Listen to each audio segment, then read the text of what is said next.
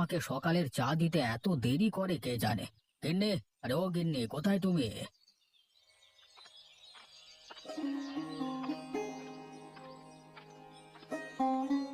কি হয়েছে? সকাল সকাল এভাবে ডাকছো কেন আমায়? বলি, সকালের চাটাও কি আমার কপালে জুটবে না?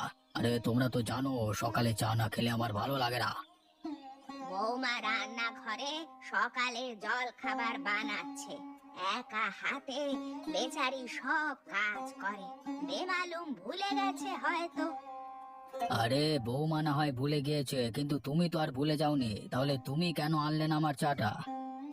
হ্যাঁ, সকাল বেলায় আমার তো আর অন্য কোনো কাজ নেই।